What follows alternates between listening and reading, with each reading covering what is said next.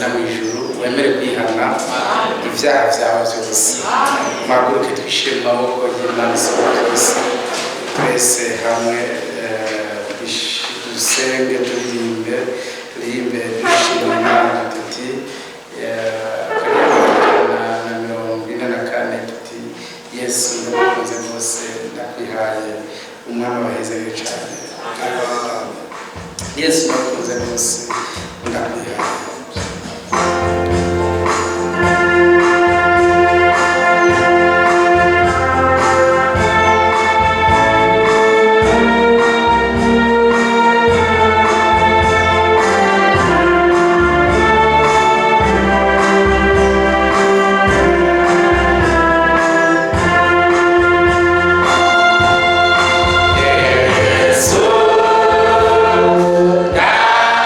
Oh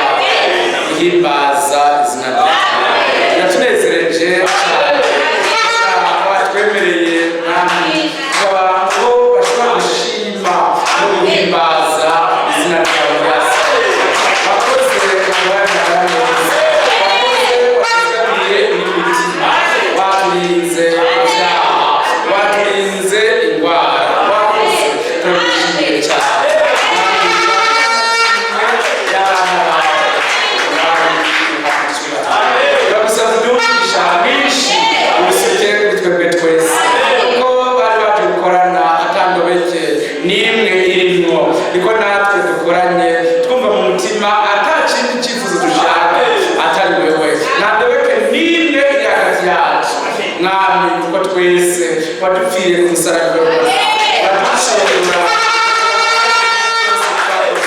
imyenda yose twaze gembana yose barayituvanye none nusuke wamugisha usuke wamwezi basenga atwuruke ko twese wizina twese twuje muzere kimwe cyangwe mu Imana maze uronke imbona atmosphere ushobora gukoreramo ibintu byose tugusahukiza duhezanye turi imbere yawe nawe twifuza atari wowe mwana ibintu ugaragara wishimye uzokoze izina rya Yesu Kristo amen.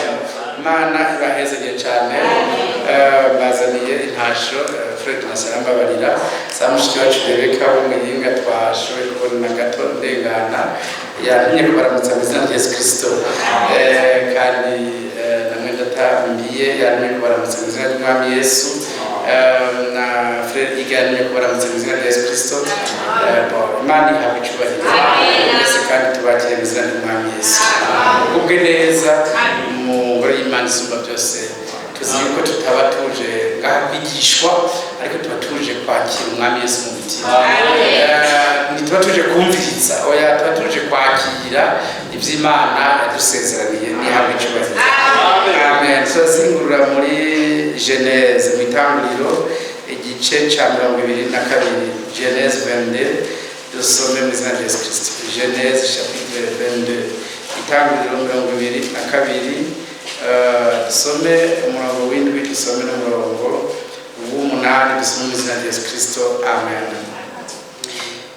Itangiriro twahageze okay. Isaka abaza se Aburahamu ati mbega da aramwitaba ati niki ga mwana wanje ati mbega umuriro n'inkwi ko ari ngibi none umwagazi w'intama wihehe wo gutanga kw'ikimazi cyo koswa. Aburahamu aramwishura aterega mwananje Imana niyo iri bwirongere umwagazi w'ikimazi cyo koswa nuko bombi barajana amen. Mubyagire Imana umugisha mwinshi cyane mu Yesu Kristo. Dushimiye cyane rwose Imana ituzanye mu ngoro yayo mugire mubyemera ko ari iteka ntangere Imana iteye kutuzana mu ngoro yayo kugira ngo dushobore kuvuga izina ryayo ni iteka ntangere mwe muminezererwa cyane mwishimira cyane muti urakoze bose babishoboye n'abasengeraga hasi bose babishoboye bafatiwe n'ibitari bimwe abandi babuze umutima wo kuza abandi bafatiwe n'ubuzima butandukanye ariko twebwe ni iteka Imana itutiza yakoze kandi muzeruka ko buri munsi ufise ibyo kurya byabo nuko ntituva hano nuko twaje Imana tuba tuje ngo idushitsemo amasezerano yayo yadusezeraniye mu gihe cyacu. Imana ishimwe rwose tubisiyemo kandi Imana ifise mu maboko ibyo yadusezeraniye byose ifise mu maboko iherezo ryabyo niba ifise mu maboko nishimwe cyane kandi Mama himbaza akatubabwira byongeye kandi Fred Abraham mwari kumwongera ko yamaze imyaka 25 wari kumwongera ko iyindi 50 cyangwa ntiyari kwihebura ahubwo ari kuvuga ati aho bizoshikira hose nibyashika bitevye niyo bizoba ari gitangaza gikomeye none kuvuga ntiyigeze acika intege avuga ngo uko Imana yongeye kw'imyaka niko bizoba bikomeye cyane n'abazovyumva bazovyumva ko navyari mfise imyaka wala iyo Imana igira nk'imyaka 500 Aburahamu yari kumara yindiriye avuga ati nibyashika mfise imyaka 1000 niho nzoba nkomeye bazobisoma nabo batangare bakumvise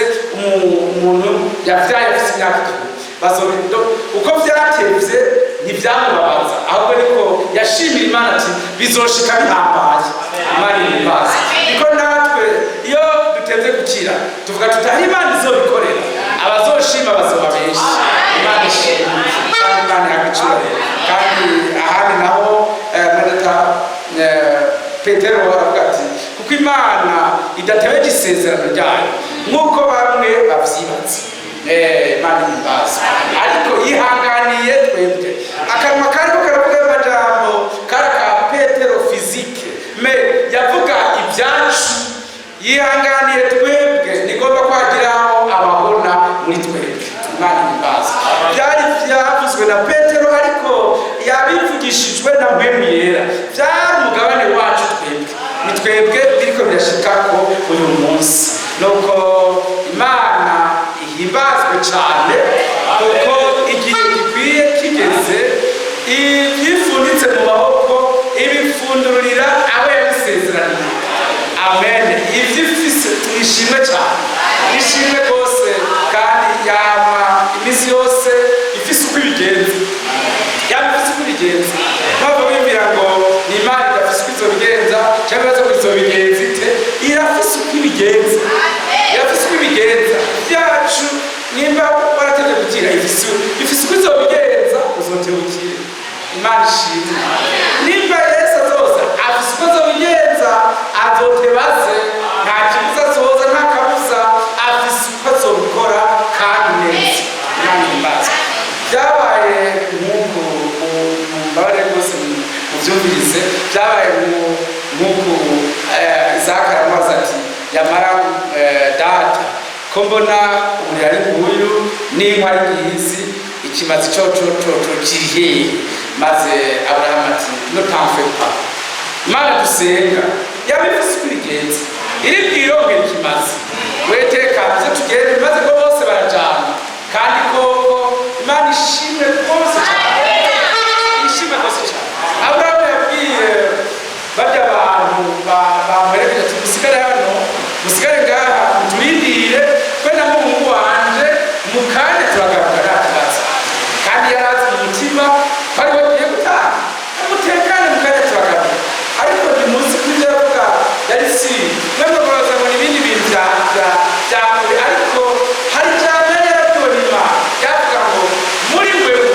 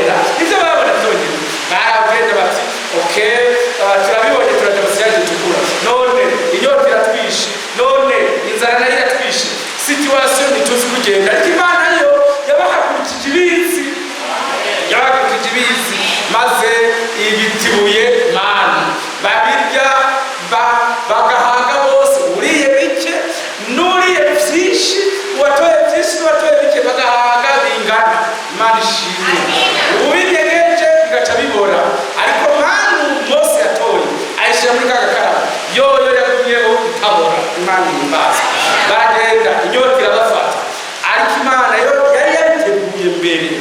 Bibiri ivuga ngo igitandara cyabakurikira cyari Kristo. Nuko bagenda babona baza bamubwira Mose ati voilà bwira icyo gitandara gisuka amazi, arakubita igitandara kizana amazi. Murazi ko byagenze. Ibyo byose nibiza birashika batari bazi ko biza kuba mu rugendo rwabo. Imana imbaza. Ariko icyo ndayishimiye kuri mugoroba ni uko yari ifise umuti w'ibibazo byose baza kugira mu rugendo rwabo. Imana ishimwe. Yari ifise solution à tous les problèmes. Imana ni nziza ntiyagucura. Amen. Niho twegeye imbere cyane rwose abafrere muri Matthieu 17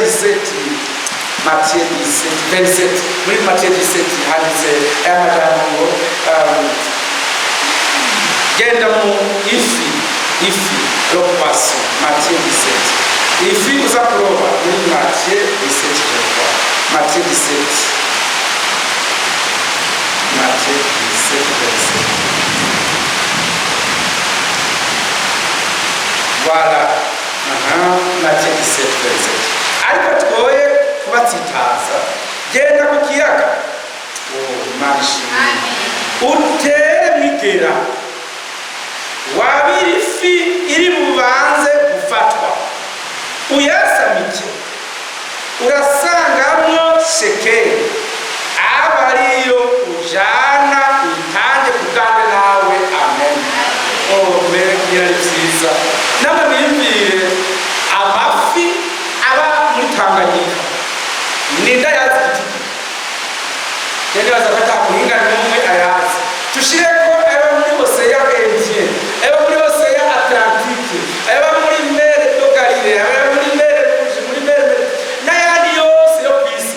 Ariko hari filme kandi senyerwe yaranditse mu mafi imiliyari n'ibihumbi iyo fiyo yaranditse azi n'umwanya iza gufatirwa.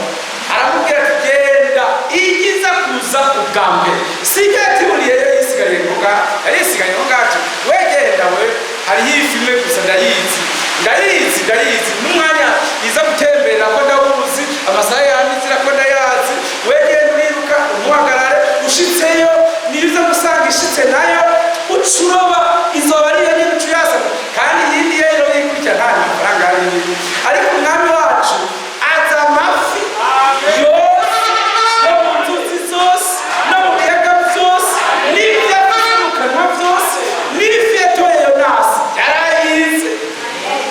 yarayize senye yararegeye kuguma bwibira bataye umufuka umwe bwanga kumwe bataye ubundi bwanga kumbe hari twara zifite ariyo ishitse ati basha uyu mugabo ni jewe ngena bateje ibibazo mwona mu mazi byoba biheze. Kumbe nuko yafi iraho hafi n'ajaza kumutiburira arandurwa men ni abandi koga ngo baramaze yo kabiri ahubwo yateye imumira ibiri ku kazi. Rero yari Imana ari na trajectoire yayo aho yamica imujanye ni leo biramuyi maze yumva biragoye n'urugendo iza gufata mu minsi 3 ibira gende maka Imana ari nzifi iza gutwara Jonas.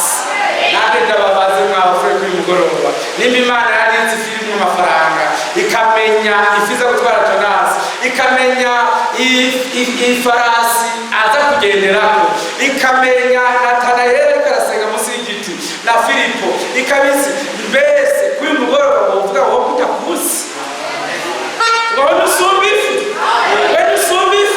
Imana iratuzi natwe. Amen. Kandi ituzi nawe ituzi muzira kuza kudukiza n'urukenere rusekuri nangorane nimwe iza kudushikako nimba Imana izi kugenda ifiza gufata ati hazoba ari mbese none yari ziyemara yazira ko kuvoma sivyo none siniyaje asanga abafrere batsitara kigenda musume frere mwe murabona ni murakizwa neza genda musume muraza kugaruka mera saha maraya ja kuvomera oera saha maraya ja kuvomera araza amasaha yanje yose nivyo nkora byose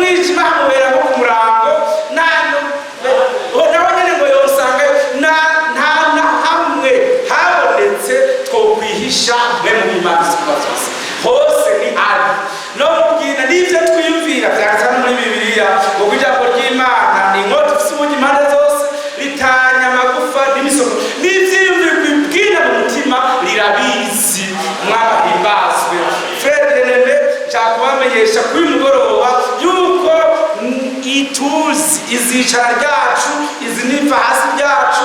Dawudi yashizeho ngo kumenya nk'uko biranezereje n'igitangaza ko n'uhora hanze nk'uko anzi muri byose. Iyo nguye niwamvyura, iyo shonje niwangaburira, iyo sinziriye niwankangura, iyo ndwaye niwamkiza, a toutes les circonstances. Ariko ureke kuvuga ngo aracevye kunkiza, oya, ashaka bizobe bikomeye kuko Biblia ivuga ngo iyo ndwara si yo kumwica, ariko niyo guhesha icubahiro. Wewe kandi twaje ko il nous connaît tous, il connaît tous nos besoins. Oh, frère Pierre yanditse n'amajambo muri Petero wa mbere cye cya gatanu ku murongo w'indwi n'umunani ngo car il prend soin de nous, kuko atwitwararika atubera maso. Il prend soin de nous. Imana ishimwe kandi il prend soin de nous. Imana ni nziza yamucanye kuko atubera maso n'ahimbaza. Imana ibaha umugisha mwinshi, niko byanditse muri Petero wa mbere cye cya gatanu. Ese merveille kandi ishimwe n'iry'Imana yacu ihabwa icyubahiro cyinshi. Handitse n'amajambo ngo verset 7 ngo muyikorere amaganya yanyu yose kuko ibababa. Ishimwe kuko ibababa. Ese murabyumva? Oh, Imana ishimwe kuko ibabara. Muri Yesaya yavuze neza ngo nyina yo kwibagira uruhinja yabyaye, nyina yo kwibagira uruhinja yabyaye, ariko uhoraho we ntazigera twibagira na rimwe. Jamais nashimwe. Ese cyo mukamwishimira muti ino mapa oublié nigeze nyibagira, ino mapa oublié nubwo ndi mu ntambara, nubwo ndi mu bibazo, ino mapa oublié igihe gikwikigeze azontabara. Merci Imana ishimwe cyane. Oh, mbega ni byiza. Ngenda abafrere bashoje barasoza bose hamira hamwe amaboko yabo yarushe akantu umwe gishoje. Na Petero yaramuhinga cyane ati numvise binaniye kuko twakagwaniye n'imi funda y'ikiyaga n'uyu muyaga, ndahwereye jeho karabaye ndamanitse amaboko. Hajya bose bagiye kumanika amaboko, frere lo sese ku umutabazi wenyine bari basigaranye yari Yesu Kristo. Bari bamusize hariya ku musozi, bagenda bageze mu makesha ya kane, bageze arakatreve hagati mu kiyaga kure, bata espoir nimwe, bose bagiye guhera bahere. Oui, ireveni yaciye aseruka aza yitambuka ku mazi yihuta aje kubatabara, maze cyagitere mu mubabaro nuko batamumenye ngo ni igihume gisizimwe. Frere abaruke bari mu maboko yiwe depuis niwe yari yababungitse babe baragenda, ni yari kubatana ingorane. Est-ce que vous comprenez bien? Ni muvyumve namwe niwe ngabo kwimugoroba niwe yabagati bamuragenda, ari warinze babwiye bamuragenda, no kuvuga inyonga ziwe zabagumyeko kandi babwiye bamuragenda. Niwe yashize muri ijambo, yanditse muri ijambo. Arazi ko Abagatolika bazojana, arazi ko Abayisilamu bazojana, arazi ko Abapantekote bose bo mu mihingo yose, bo mu maboko yose y'amadini bazobigwanya ibi bintu. Yabidushizemo yavuze ngo ne pas peur, c'est moi, ne pas peur. Nimutinye ni jewe. Imana ishimwe. Aba Petero ati ndasanga ari wose yewe. Aricyo tukumenyera ko ni ukuri umuremyi w'ibiyaga. Nundeke nze ku mazi. Erega frere arambwira ati viens. Abaratambutse rero sha nandi ndababwica ukuri abafrere Imana yabarisha umunyenga. Imana yabarisha umunyenga. Ibyo byose Petero yarakuye nabyo yari bwapfa agendeye ku mazi n'umunsi umwe, ariko uwo munsi Imana iramufurahisha akiri mu munezero, abona amazi aratuze ageze hejuru, acagira ubwoba adobeye. Oh, mbese yaramuretse arayanywa jamais, yaciye muroba aramukuyeyo amarika ku mazi. Ntibazanye ubwato ngo baze biruka babakize, oya bayasuye kumudodesha kandi amuha lift aramujyana no ku bwato iyo bari bose bati qui est cet homme? Uyo muntu n'umuntu ki? N'ikiyaga kiramwumvira n'umuyaga uramwumvira. Uyo niwe twashizwe.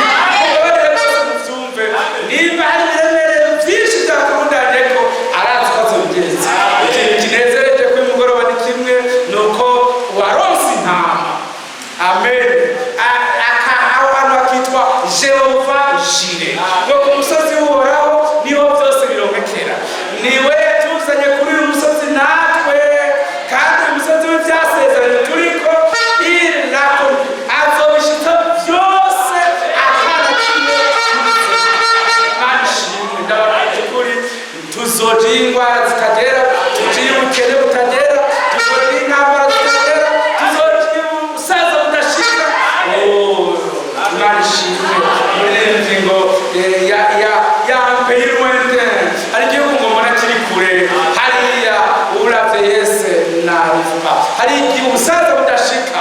Imana ishimwe ngo pridove Yesu nta busaza buzinjirayo. Umwami ashimwe tuzogerayo tutijanye. Umwami yakoze akazi. Hari amajambo meza twasomye hano yo muri Korinto ba kabiri ati ega duherere muyo mu Korinto ba mbere havuze ngo kuburya cankanywa akamenye umwami wacu abariye kandi anyoye imucira kwiteka. Byiza cyane kwa frere, uyu munsi nimba wemera ko wahariwe ni wemere ko nande nahariwe. Iyaguhariye niyo yababaye. Nimba wemera ko wemewe n'Imana, emera na mugenzi wawe ko yakwemeye sans condition atatukaze. Yemera sans condition niyo nande izonyemera sans condition. Nta mafaranga tuzoyiha, nta bwiza twazanye, nta bupasitori oya, nta bukristo ntaki. Twese twaje kubwa Yesu Kristo kandi tuzogera mu ijuru kubwa Yesu Kristo. Ikimazi yatanze nashimwe. Amen. Twaje guhabwa imigisha ivuye mu bucuruzi. Urabona himbazwe ibintu bidasohoka. Nibyo twiteze twese, turindiriye bimwe kuri uyu mugoroba. Twiteze les bénédictions de la rédemption. Twiteze imigisha ivuye mu gucungurwa kwacu kubwa Yesu Kristo umwami wacu. Nitujya mu ijuru niwe tuzirata. Dukiza indwara niwe twirata. Dukiza ibyaha niwe twirata. Duhawe inkomezi niwe twishima. Ile tu atusi. Haleluya. Niwe byose muri bose ni Yesu Kristo umwami wacu. Icyubahiro cy'ibicimu niwe bitazoshira. Amen. Reka dusezerane n'ababwiye nti iyo Imana ishikije isezerano biba byerekanye ko ari hiri. Mwese murabyemera? Iyo mubona isezerano ryo muri Bibiliya rishitse aho hantu biba byerekanye ko ari yije gukora akazi. Ntabwo biraza kubikora. Imana ihimbazwe. Nimba yaradushikije ko Matiyo 24:14 ni uko ari hiri. Amen.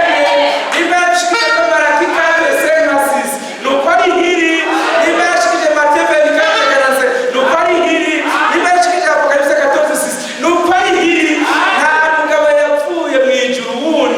Atari Imana bwite wize gushitsa ijambo ryayo. Imana nihimbazwe. Hari wishitse ku batoranijwe ibyo batoranirije nihabwa icyubahiro. Ibashitse imigisha gucungwa. L'éternel vous bénisse tous. Imana n'imbabazi bamugisha kuri mugoroba mu izina rya Yesu Kristo. Nahimbazwe. Mwami wanjye nahimbazwe. Il est présent. Nahimbazwe. Ni Yesu yagize kumvanira we. Muri ibyo ati Imana ishimwe cyane. Kandi ibyo yakoze byose ndabifisemo umugabane. Nahimbazwe umwami wacu Yesu Kristo.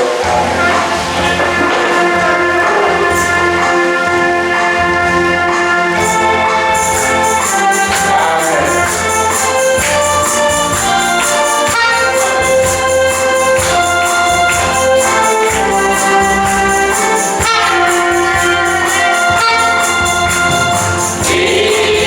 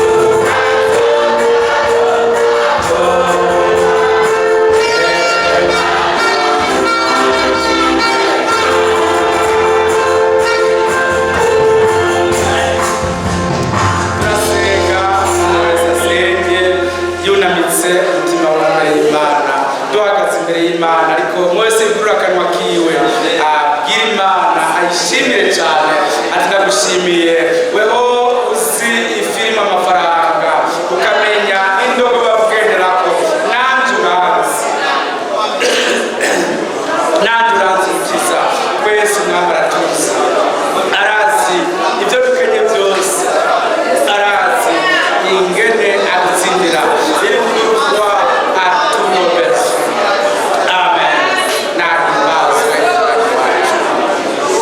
mwami wacu dushimiye cyane rwose kuza muri imbabazi tugirira umunsi ku munsi ingene twikorera ubutwaro ingene tumera amaso ingene ducafuye tweza ingene tugoye dusura ingene dushonje tugaburira ingene turwaye udukiza uri imana yacu koko etwebwiye urabikwiriye witwa imana yacu kandi twarabonye twakubonye ibikora twakubonye ibigaragaza none tuzaniye amashimwe tugiye mwami gutambuka tukwizeye tudakekeranya kuko imana iri kumwe natwe najabeshwe ubidusobanure uhimbaze umwami yesu umwami muhereje ubugingo bwawe muremeze ubugingo bwanjye bwose mufate mu maboko bwawe uyobore intsinzi yawe uyoborere ubwiza bwawe mu izina rya yesu kristo ibyo byose mwami mwebwe yera yateguye kunshyitsako ubishyitseko gukiza maze ubone imbabazi ube ku bana bawe no ku ishengero ryawe kuri twebwe twese tubone umugabane wawe utwinjize muri kristo yesu kuko ariwe utugezayo uri hafi y'umugabane wacu mu izina rya yesu kristo amen amen amen Prefide abisengere kandi umwana amajambo magufi cyane yongere ayishimire cyane ibi byiza yadukoreye arakuzi nimba yarazi ntabizitse mu gisaka nimba yarazi intunguru n'inuma baza kurya abisirayeli niyoreka kumenya wewe arazi ibyo byose arazi uburwayi bwawe niwe ashinze isaha yo kuzogukiza arazi biri imbere arazi n'ingana zo bigukiza uwo mwami aranzi tunezerewe nuko atuzi tugushimire ko atuzi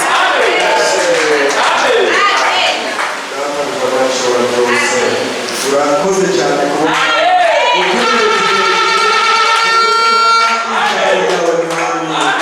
tumenyesheje ko minsi yose uwamuzi ingene ugenzi abwiza mwiza tumushimiye kuko twaramenyana turi mu madini tugoroweyo wewe wari uzi ingene uzogeza byose tuzoturikira Eliya wabishwa nawe akagukura mu mwisho w'amadini wongekanye ijambo ry'igihe bose yewe wewe wari utuzi kuba wari uzi umwaka kudegereza iwamu kuko wari uzi ko yamaze imyaka 38 ngubona ko abe